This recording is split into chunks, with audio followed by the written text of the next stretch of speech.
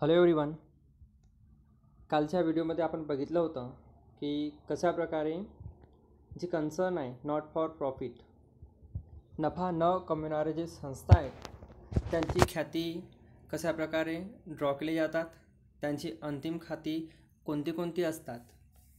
आज आपल्याला बघायचं आहे need for maintaining books of account and preparation of final accounts, की नेमकं अशा प्रकारचे संस्था जे नफा कमवत नाहीत त्यांना नेमकं आपले जे पुस्तकं आहेत, त्यांची जे काही अकाउंट्स आहेत, ठीक आहे, तर ते त्यांचं फायनल अकाउंट्स अंतिम खाती तयार करण्याची का बरं गरज असावी हा आपल्याला बघायचा आहे. तर बघा, not for profit concern are not engaged in trading activities. म्हणजे बघा, जी नफा न कमविणाऱ्या संस्था आहेत त्यामध्ये कुठल्याही प्रकारचं व्यापारिक गोष्टी, व्यापारिक ॲक्टिव्हिटीज त्या ठिकाणी घडून येत नाही. Mostly they deal with public money, ठीक आहे, आणि त्यांचे जो कामकाज वगैरे चालतो हा पब्लिक मनी असते, ठीक आहे. सार्वजनिक स्वरूपातून जे काही देणगी आली, दान आली, सबस्क्रिप्शन आलं, ठीक आहे, गव्हर्मेंट एखादं बॉन्ड्स भेटलं, ठीक आहे, एखादं गव्हर्मेंटकडून एखादी सहायता निधी मिळाली, ठीक आहे, त्यामार्फतच त्या संस्थेचं कामकाज वगैरे सुरू असते.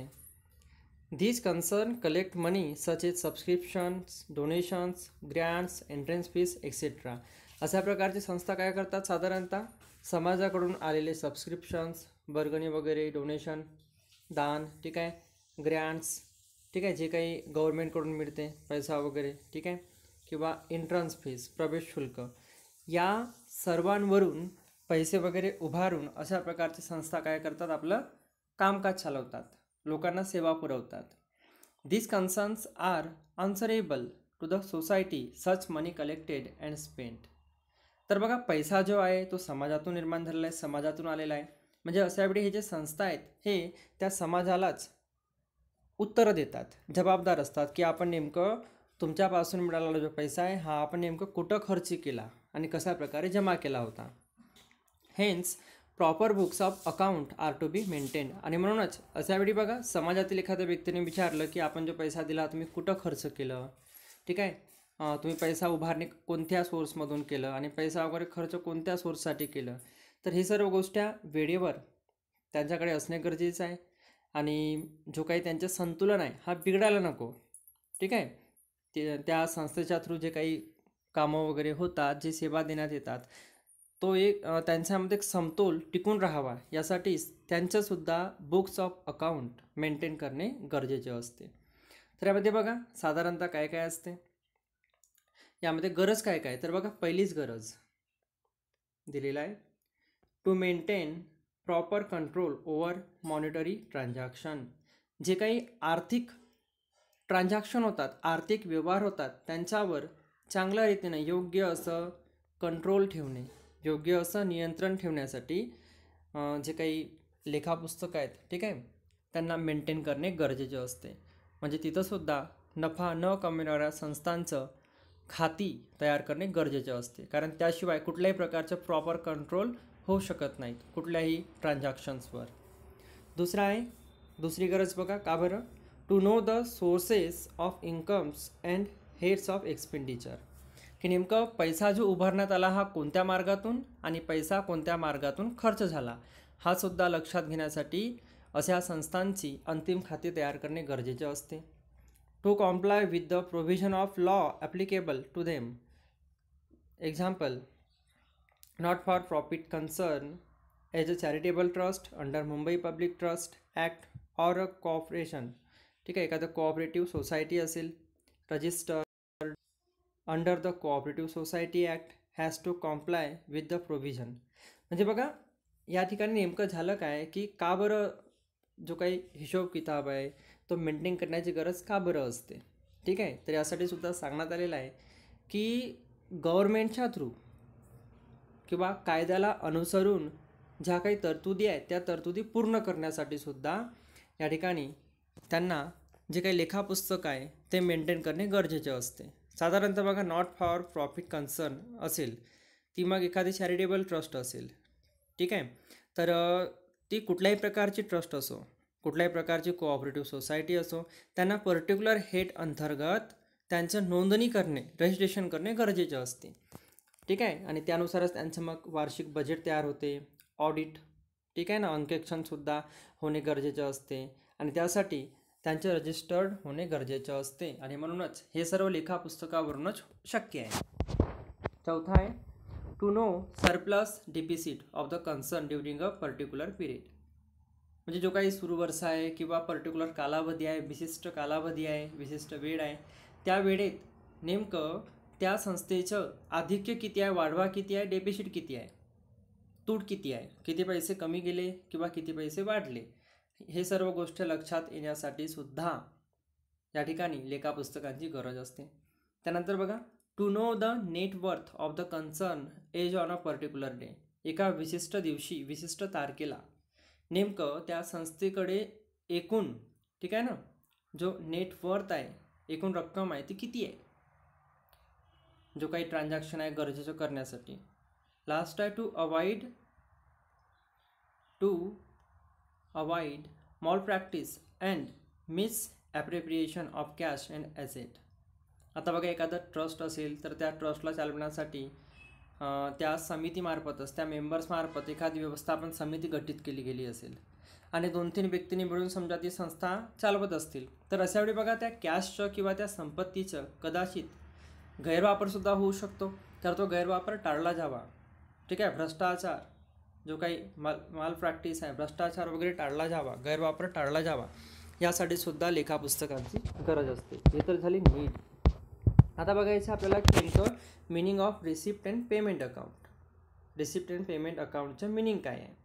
ठीक आहे. तर बघा या अगोदरच आपण बघितलं की एखादी समजा पार्टनरशिप फर्म असेल किंवा एखादी कंपनी असेल, तर अंतिम खात्याअंतर्गत ते काय करतात की जे काही सहाय्यकारी पुस्तकं असतात, ठीक आहे, प्रत्येकाची वेगवेगळी खाती, त्यांच्या अंतिम शिल्लकांपासून जो काही शेवटचे बॅलन्स असते त्यापासून 23 पत्रक तयार होते, ट्रायल बॅलन्स.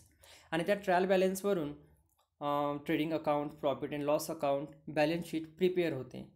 पण या ठिकाणी काय होते, इथंसुद्धा बघा सहाय्यकारी पुस्तकं असतात, ठीक आहे, छोटी छोटी. तर त्यांचं जो काही उरलेला शेवटचं बॅलन्स आहे त्यावरून या ठिकाणी 23 पत्रक बनत नाही, तर काय बनते, रिसिप्ट अँड पेमेंट अकाउंट. मग यावरून income and expenditure account prepare केलं जाते आणि त्यावरूनच बॅलन्स शीट बघितली जाते. तर साधारणतः बघा meaning of receipt and payment account काय असते. तर बघा या ठिकाणी सर्व प्रकारची प्राप्ती, बघा रिसिप्टचं मिनिंग होते प्राप्ती आणि पेमेंट मीन्स शोधन करणे, पेमेंट करणे, ठीक आहे ना. तर या ठिकाणी साधारणतः बघा जो काही रिसिप्ट आहे म्हणजे सर्व प्रकारची प्राप्ती, मग ती महसुली स्वरूपात असो किंवा भांडवली स्वरूपात असो, सर्व प्रकारची प्राप्ती आणि सर्व प्रकारचं शोधन, मग तो महसुली असो किंवा भांडवली असो, ठीक आहे. तर सर्व प्रकारची रिसिप्ट आणि सर्व प्रकारचे पेमेंटशी निगडीत असलेले account, that is receipt and payment account. तर बघा साधारणतः आपण रिसिप्ट कशाला म्हणूया, ठीक आहे. आणि या ठिकाणी बघा जर आपण शॉर्टकटमध्ये बघितलं की नेमकं रिसिप्ट अँड पेमेंट अकाउंट काय असते, तर बघा this account start with opening cash and bank balance, difference bank and with bank balance at the end of the year. म्हणजे बघा साधारणतः बँकेचं ओपनिंग कॅपिटल काय होतं किंवा कॅश ओपनिंगला काय होती त्यापासून ती सुरू होते, हा जो अकाउंट आहे सुरू होतो, आणि वर्षाच्या शेवटी कॅश किंवा बँक बॅलन्स किती उपलब्ध आहे त्यावर हा अकाउंट बंद होतो.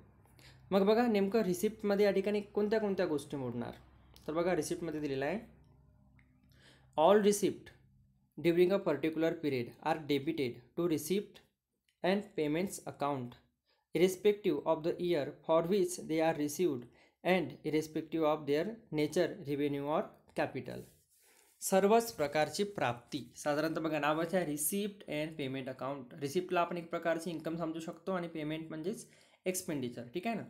तर हा जो आहे रिसिप्ट अँड पेमेंट अकाउंटच्या डेबिट साईडला शिफ्ट केलं जाते सर्व प्रकारचं रिसिप्ट. आणि बघा यामध्ये ड्युरिंग अ पर्टिक्युलर पिरियड म्हणजे तो नेक्स्ट इयरचा आहे, करंट इयरचा आहे किंवा मागच्या वर्षाचा आहे, पण ती प्राप्ती असेल ती कुठल्याही वर्षाची असो, तर 3ही वर्षाची प्राप्ती ती कोणत्याही वर्षाची असेल ती सर्वची सर्व प्राप्ती या रिसिप्ट अँड पेमेंट अकाउंटच्या डेबिट साईडला येणार. मग तो करंट इयरचा डाटा असो, प्रिवाईस इयरचा असो किंवा नेक्स्ट इयरचा असो. त्याचप्रमाणे ही जी प्राप्ती आहे नेमकं कुठल्या प्रकारची आहे, रिव्हेन्यू आहे की कॅपिटल आहे, ठीक आहे ना. हे सुद्धा ओके भांडवली स्वरूपात आहे की महसुली आहे, ही सुद्धा म्हणजे काही फरक पडत नाही. सर्वची सर्व प्रकारची प्राप्ती म्हणजेच रिसिप्ट ही रिसिप्ट अँड पेमेंट अकाउंटच्या डेबिट साईडला ट्रीट केली जाते. त्याचप्रकारे बघा पेमेंट, तर बघा पेमेंट अंतर्गत सुद्धा काय, all payment made during a particular period, म्हणजे बघा सेम आहे यासारखंच, सर्वच प्रकारचं शोधन, मग तो कुठल्याही पिरियडचं असो, मागच्या वर्षाचं असो, करंट इयरचं असो किंवा नेक्स्ट इयरचं असो, ठीक आहे. मग तो भांडवली स्वरूपातला आहे, रेव्हेन्यू आहे की कॅपिटल आहे, ठीक आहे ना, याला कुठलाही फरक पडत नाही. पण सर्वच प्रकारचं पेमेंट या रिसिप्ट अँड पेमेंट अकाउंटच्या क्रेडिट साईडला येतो. यामध्ये बघा एक स्पेसिमॅन दिलेला आहे, या ठिकाणी एक फॉर्मॅट दिलेला आहे. तर बघा डेबिट साईडला सर्वच प्रकारचं रिसिप्ट, बघा previous year, current year, next year या सर्वांचं टोटल, ठीक आहे. या बाजूला बघा सर्वच प्रकारचं पेमेंट, मग तो प्रिवाइस इयरचा आहे, करंट इयरचा आहे की नेक्स्ट इयरचा आहे. म्हणजे अशा प्रकारे आपण समजू शकतो की रिसिप्ट अँड पेमेंट अकाउंट अंतर्गत डेबिट साईडला सर्व प्रकारच्या उत्पन्नांची पदं असतात. प्राप्ती म्हणजे नेमकं कोणत्या कोणत्या मार्गातून पैसा उभारला गेला, ठीक आहे. पण एक गोष्ट लक्षात ठेवायचं, उधारीवर होणारा व्यवहार या ठिकाणी येणार नाही, ठीक आहे ना. जो काही क्रेडिटमध्ये होणारा व्यवहार आहे, ठीक आहे, या ठिकाणी येणार नाही. बॅड डेप्टचं सुद्धा इफेक्ट या ठिकाणी येणार नाही. हे काही काही गोष्टी आपल्याला फक्त लक्षात ठेवायच्या आहेत. यानंतर बघा नेमकं वैशिष्ट्य काय काय आहे, features of receipt and payment account. पहिलाच बघा, पहिला वैशिष्ट्य, receipts and payments account is a real account. Receipt and payment account प्राप्ती आणि शोधन खाते एक प्रकारचं वास्तविक खाते आहे, रिअल अकाउंट आहे, एखाद्या संपत्तीशी निगडीत असते, ठीक आहे. दुसरं वैशिष्ट्य आहे, receipt and payments account is similar to cashbook, summary of cash and bank transaction, ठीक आहे. म्हणजे याला बघा कॅश किंवा बँक ट्रान्झॅक्शनच्या व्यवहारांचा सारांशसुद्धा म्हणण्यात येते. म्हणजे कॅश आणि बँक अंतर्गत जे काही ट्रान्झॅक्शन होतात, same transaction receipt and payment account अंतर्गत मोडले जातात. म्हणजे कॅशबुकसारखंच या ठिकाणी व्यवहार केले जाते.